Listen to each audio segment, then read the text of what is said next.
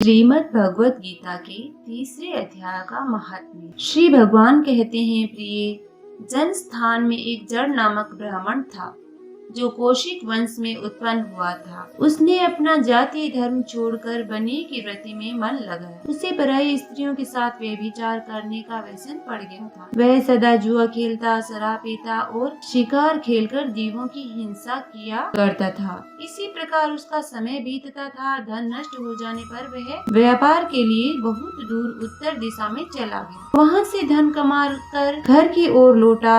बहुत दूर तक का रास्ता उसने तय कर लिया था। एक दिन सूर्यास्त हो जाने पर जब दसों दिशाओं में अंधकार फैल गया, तब एक वृक्ष के नीचे उसे लुटेरों ने धर दबाया और शीघ्र ही उसके प्राण ले लिए। उसके धर्म का लोप हो गया था, इसीलिए वह बड़ा भयानक प्रेत हुआ। उसका पुत्र बड़ा धर्मात्मा और वेदों का विद्वान था। उसने अब तक पिता के लौट आने की राह देखी। जब वे नहीं आए तब उनका पता लगाने के लिए वह स्वयं भी घर छोड़कर चल दिया। वह प्रतिदिन खोज करता, मगर राहगीरों से पूछने पर भी उसे उनका कुछ समाचार नहीं मिलता। तदंतर एक दिन एक मनुष्य से उसकी भेंट हुई जो उसके पिता का सहायक था। उसने सारा हाल जानकर उसने पिता की मृत्यु पर बहुत शोक किया। वह बड़ा बुद्धिमान था। बहुत कुछ सोच विचार कर पिता का पारलौकिक कर्म करने की इच्छा से आवश्यक सामग्री साथ ले उसने काशी जाने का विचार किया। मार्ग में 7-8 मुकाम डालकर वह 9वें दिन उसी वृक्ष के नीचे पहुंचा जहां इसके पिता मारे गए थे। उस स्थान पर उसने संध्योपासना की और गीता के तीसरे अध्याय का पाठ किया। इसी समय आकाश से बड़ी भयानक आवाज हुई। उसने अपने पिता को भयंकर आकार में देखा। फिर तुरंत ही अपने सामने आकाश में उसे एक सुंदर विमान दिखाई दिया जो महान तेज से व्याप्त था। उसमें अनेकों क्षुद्र घंटिकाएं लगी थी। उसके तेज से समस्त दिशाएं आलोकित हो रही थी। यह दृश्य देखकर उसके चित्त की व्याकुलता दूर हो गई। उसने विमान पर अपने पिता को दिव्य रूप धारण किए विराजमान देखा। उनके शरीर पर पीताम्बर शोभा पा रहा था और मुनिजन उनकी स्तुति कर रहे थे। उन्हें देखते ही पुत्र ने प्रणाम किया। तब पिता ने भी उसे आशीर्वाद दिया। तत्पश्चात उसने पिता से यह सारा वृतांत पूछा। उसके उत्तर में पिता ने सब बातें बताकर इस प्रकार कहना आरंभ किया, बेटा, देववश मेरे निकट गीता की तृतीय अध्याय का पाठ करके तुमने इस शरीर के द्वारा किए हुए दुष्टज कर्म बंधनों से मुझे छुड़ा दिया। अतः अब घर लौट जाओ, क्योंकि जिसके लिए तुम काशी जा रहे थे वह प्रयोजन इस समय तृतीय अध्याय के पाठ से ही सिद्ध हो गया। पिता के यों कहने पर पुत्र ने पूछा, तात मेरे हित का उपदेश दीजिए और तथा और कोई कार्य जो मेरे लिए करने योग्य हो बतलाइए। तब पिता ने उससे कहा, अनघ, तुम यही कार्य फिर करना है। मैंने जो कर्म किया है वही मेरे भाई ने भी किया था। इससे वे घोर नरक में पड़े हैं। उनका भी तुम्हें उद्धार करना चाहिए तथा मेरे कुल की और भी जितने लोग नरक में पड़े हैं उन सब का भी तुम्हारे द्वारा उद्धार हो जाना चाहिए। यही मेरा मनोरथ है। बेटा, जिस साधन के द्वारा तुमने मुझे संकट से छुड़ाया है उसी का अनुष्ठान औरों के लिए भी करना उचित है। उसका अनुष्ठान करके उससे होने वाला पुण्य उन नारकी जीवों को संकल्प करके दे दो।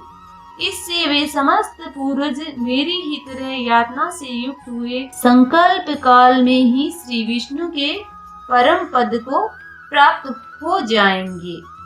पिता का ये संदेश सुनकर पुत्र ने कहा, तात, यदि ऐसी बात है और आपकी भी ऐसी ही रुचि है तो मैं समस्त नारकी जीवों का नरक से उद्धार कर दूंगा। यह सुनकर उसके पिता बोले, बेटा, एवमस्तु, तुम्हारा कल्याण हो। मेरा अत्यंत प्रिय कार्य संपन्न हो गया। इस प्रकार पुत्र को आश्वासन देकर उसके पिता भगवान विष्णु के परम धाम को चले गए। तत्पश्चात वह भी लौटकर जन स्थान में आ गया और परम सुंदर श्री भगवान श्री कृष्ण के मंदिर में उनके समक्ष बैठकर पिता के आदेशानुसार गीता के तीसरे अध्याय का पाठ करने लगा। उससे उसने नारकी जीवों का उद्धार करने की इच्छा से गीता पाठ जनित सारा पुण्य संकल्प करके दे दिया। इसी बीच में भगवान विष्णु के दूत यातना भोगने वाले नारकी जीवों को छुड़ाने के लिए यमराज के पास गए। यमराज ने नाना प्रकार के सत्कारों से उनका पूजन किया और कुशल पूछी। वे बोले, धर्मराज, हम लोगों के लिए सब और आनंद ही आनंद है। इस प्रकार सत्कार करके पितृलोक के सम्राट परम बुद्धिमान यम ने विष्णु दूतों से यमलोक में आने का कारण पूछा। तब विष्णु दूतों ने कहा, यमराज, शेष सैया पर शयन करने वाले भगवान विष्णु ने हम लोगों को आपके पास कुछ संदेश देने के लिए भेजा है। भगवान हम लोगों के मुख से आपकी कुशल पूछते हैं और यह आज्ञा देते हैं कि आप नरक में पड़े हुए समस्त प्राणियों को छोड़ दें। अमित तेजस्वी भगवान विष्णु का यह आदेश सुनकर यम ने मस्तक झुकाकर उसे स्वीकार किया और मन ही मन कुछ सोचा। तत्पश्चात मदोन्मत्त नरक की जीवों को नरक से मुक्त देखकर उनके साथ ही वे भगवान विष्णु के वास स्थान को चले। यमराज श्रेष्ठ विमान के द्वारा जहाँ क्षीर सागर है वहाँ पहुँचे। उसके भीतर कोटि कोटि सूर्यों के समान कांतिमान नील कमल दल के समान श्याम सुंदर लोकनाथ जगत गुरु श्री हरि को उन्होंने दर्शन किया। भगवान का तेज उनकी सैया बने हुए शेषनाग के फणों की मणि के प्रकाशमान से दुगना हो रहा था। वे आनंद युक्त दिखाई दे रहे थे। उनका हृदय प्रसन्नता से परिपूर्ण था। भगवती लक्ष्मी अपनी सरल चितवन से प्रेम पूर्वक उन्हें बार बार निहार रही थी। चारों ओर योगी जन भगवान की सेवा में खड़े थे। उन योगियों की आंखों के तारे ध्यानस्थ होने के कारण निश्चल प्रतीत होते थे। देवराज इंद्र अपने विरोधियों को परास्त करने के उद्देश्य से भगवान की स्तुति कर रहे थे। ब्रह्मा जी के मुख से निकले हुए वेदांत वाक्य मूर्तिमान होकर भगवान के गुणों का गान कर रहे थे। भगवान पूर्णतः संतुष्ट होने के कारण ही समस्त योनियों की ओर से उदासीन प्रतीत होते थे। जीवों में से जिन्होंने योग साधना के द्वारा अधिक पुण्य संचय किया था, उन सबको एक ही साथ में वे कृपा दृष्टि से निहार रहे थे। भगवान अपने स्वरूप भूत अखिल चराचर जगत को आनंद पूर्ण दृष्टि से आमोदित कर रहे थे। शेषनाग की प्रभाव से उद्भिक्षित एवं सर्वत्र व्यापक दिव्य विग्रह धारण किए नील कमल के सदृश श्याम वर्ण वाले श्री हरि ऐसे जान पड़ते थे मानो चांदनी से घिरा हुआ आकाश सुशोभित हो रहा हो। इस प्रकार भगवान की झांकी करके यमराज अपनी विशाल बुद्धि के द्वारा उनकी स्तुति करने लगे। यमराज बोले, संपूर्ण जगत का निर्माण करने वाले परमेश्वर, आपका अंतःकरण अत्यंत निर्मल है। आपके मुख से ही वेदों का प्रादुर्भाव हुआ है। आप ही विश्व स्वरूप और इसके विधायक ब्रह्म हैं। आपको नमस्कार है। अपने बल और वेग के कारण जो अत्यंत दुर्धर्ष प्रतीत होते हैं, ऐसे दानवेंद्रों का अभिमान चूर्ण करने वाले भगवान विष्णु को नमस्कार है। पालन के समय समत्व शरीर धारण करने वाले विश्व के आधारभूत सर्वव्यापी श्री हरि को नमस्कार है। समस्त देहधारियों की पातक राशि को दूर करने वाले परमात्मा को प्रणाम है।